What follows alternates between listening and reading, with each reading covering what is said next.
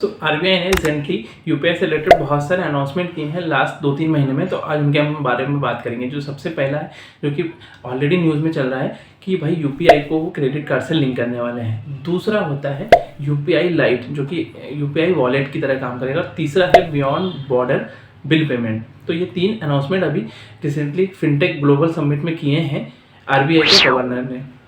तो इनके बारे में आज बात करते हैं थोड़ा सा डिटेल में। तो सबसे पहला होता है क्रेडिट कार्ड को यूपीआई से लिंक करने वाले हैं। तो इसका जो काम है वो रुपए कार्ड से स्टार्ट किया गया है। इसके बाद धीरे से उन्होंने बोला कि वीज़ा एंड मास्टर कार्ड पर आएंगे।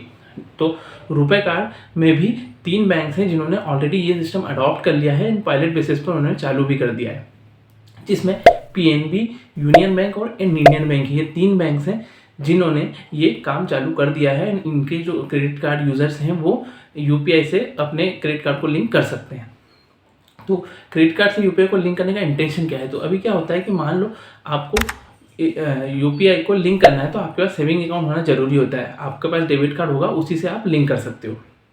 बट अब क्या होगा कि अगर क्रेडिट कार्ड होगा तो भी उससे लिंक कर सकते हैं। इससे फ़ायदा ही होगा कि अगर आपको आप जाके कहीं कुछ खरीदना है, तो आपको अगर क्रेडिट कार्ड से शॉपिंग करना है तो आपको बड़ी मॉल या शॉप में जाना पड़ता है जहाँ पर वो स्वाइप मशीन हो, जहाँ पर क्रेडिट कार्ड एक्सेप्ट होता है। बट छोटे छोटे वेंडर्स हैं जैसे सब्जी वाला, ये इनके पास यूपीआई का जो स्कैनर होता है वो होता है, बट इनके पास कार्ड मशीन नहीं होती। तो वहाँ पर आप नहीं जा पाते हो और क्रेडिट कार्ड से स्पेंड नहीं कर पाते हो। सो ये एक रिस्ट्रिक्शन आ जाता है। तो इस रिस्ट्रिक्शन को कम करने के लिए अब क्रेडिट कार्ड से यूपीआई को लिंक कर देंगे, जिससे क्या होगा कि आप डायरेक्टली लिंक करके डायरेक्टली आप छोटे छोटे वेंडर्स के पास भी ये पेमेंट कर पाओगे, जिससे कि जीडीपी ग्रो होने के चांसेस बढ़ जाएंगे। बिकॉज आप ज़्यादा स्पेंड करोगे, जैसे ही क्रेडिट कार्ड यूपीआई से लिंक हो जाएगा तो आप हर जगह यूज़ कर पाओगे क्रेडिट कार्ड को। तो स्पेंडिंग आपकी बढ़ जाएगी छोटी छोटी जगहों पे, छोटे छोटे वेंडर्स के। तो इससे एक तो फायदा होगा कि छोटे छोटे वेंडर्स का फायदा होगा, उनका थोड़ा सा इकोनॉमी बढ़ेगा, एंड उनका इकोनॉमी बढ़ता है, कंजप्शन बढ़ेगा तो जीडीपी ग्रोथ होगा। तो ये मेन इंटेंशन है आरबीआई का, यूपीआई को क्रेडिट कार्ड से लिंक करने का। एंड दूसरा जो इंटेंशन है वो कि यूपीआई को और ज़्यादा बढ़ाने का, उसके बेस को और ज़्यादा बढ़ाने का है। क्योंकि अभी यूपीआई इतना बड़ा हो गया है कि 10,000 ट्रांजेक्शन पर सेकंड हो रहे हैं यूपीआई से ऑलरेडी, और इनका टारगेट है कि और इसको बढ़ाया जाए। तो ये इसका एक मोटो है। दूसरा है यूपीआई लाइट। यूपीआई लाइट एक तरह से वॉलेट रहेगा, जो कि अभी पायलट बेसिस पे लाने वाली है आरबीआई। इसमें क्या करेंगे, आपका 2000 तक का आप उसमें वॉलेट में बैलेंस रख सकते हो, और ये जो वॉलेट है ये बिना इंटरनेट के भी चल जाएगा। अगर आपके पास ये वॉलेट है तो आपके पास इंटरनेट नहीं है तो बिना उसके भी आप ट्रांजेक्शन कर पाओगे। बट इसमें मैक्सिमम आप 2000 रुपये रख सकते हो। पर ट्रांजेक्शन जो लिमिट है वो 200 रुपये रखी गई है। 200 रुपये से ज़्यादा का पर ट्रांजेक्शन नहीं कर पाओगे। ये 200 रुपये भी उन्होंने एक सर्वे से निकाले हैं, जहाँ पर उनको पता चला है कि मैक्सिमम जो यूपीआई ट्रांजेक्शन हो रहा है वो 200 रुपये से नीचे या 200 रुपये के हो रहे हैं। तो इन्होंने 200 रुपये की लिमिट रखी है। एंड दूसरा सिक्योरिटी पर्पज से भी रखी है, ताकि कि किसी तरीके का कोई सिक्योरिटी प्रॉब्लम ना हो, किसी तरह का फ्रॉड ना हो। तो 2000 मैक्सिमम रख पाएंगे वॉलेट में, और 2000 का ट्रांजेक्शन कर पाएंगे। ऑफलाइन वॉलेट तरीके का होगा कि पहले आपको वॉलेट में पैसा लोड करना पड़ेगा जब आपके पास इंटरनेट है तब, एंड जैसे आपके पास वॉलेट में पैसा आ गया वो आप विदाउट इंटरनेट भी यूज़ कर पाओगे। इसको यूपीआई लाइट नाम दिया है। देखते हैं अभी कैसे एग्जैक्टली किस नाम से आता है। तीसरा है बियॉन्ड बॉर्डर बिल पेमेंट। अभी तक क्या होता है कि अगर भाई कोई पर्सन है जो कि इंडिया के बाहर है, उसको इंडिया में पैसे ट्रांसफ़र करना है, तो बहुत सारे हजल्स हैं, बहुत सारी प्रॉब्लम्स होती हैं। तो फॉरेन वाले अकाउंट से इंडियन अकाउंट में पहले ट्रांसफ़र करना पड़ता है पैसा, फिर इंडियन वाले से वो अपने इंडिया में जिसको ट्रांसफ़र करना चाह रहा है उसमें ट्रांसफ़र करता है।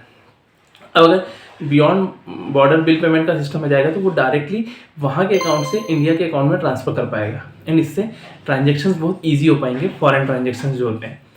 एंड इसमें जो सबसे ज़्यादा यूपीआई है वो बहुत सारी कंट्री अडॉप्ट करना चाहती है, बहुत सारी कंट्री ने इंटरेस्ट दिखाया है। अभी फ्रांस के साथ हमारा ऑलरेडी ऐप हो गया है, तो हमें लग रहा है कि अब यूरोप भी धीरे धीरे हम पूरा कवर कर लेंगे, एंड ग्लोबली यूपीआई अडॉप्ट हो जाएगा। यूपीआई जो है वो एक बहुत अच्छा अल्टरनेटिव है स्विफ्ट का। स्विफ्ट क्या होता है, अभी जो क्रॉस बॉर्डर ट्रांजेक्शन होते हैं उसमें स्विफ्ट का यूज़ होता है, एंड स्विफ्ट पूरी तरीके से अमेरिका कंट्रोल करता है। जैसे अभी जो वॉर हुआ था यूक्रेन एंड रसिया का, तो इसमें स्विफ्ट पे बैन लगा दिया था अमेरिका ने रसिया को यूज़ करने के लिए। तो रसिया का पूरा फॉरेन ट्रांजेक्शन रुक गया था उसके कारण। तो पूरा वर्ल्ड है जो अल्टरनेटिव चाहता है कि ताकि यूएस पूरी तरीके से कंट्रोल ना करे जो क्रॉस बॉर्डर पेमेंट होता है उसको, तो इसलिए यूपीआई को अडॉप्ट कर रहा है जो अदर कंट्रीज हैं वो।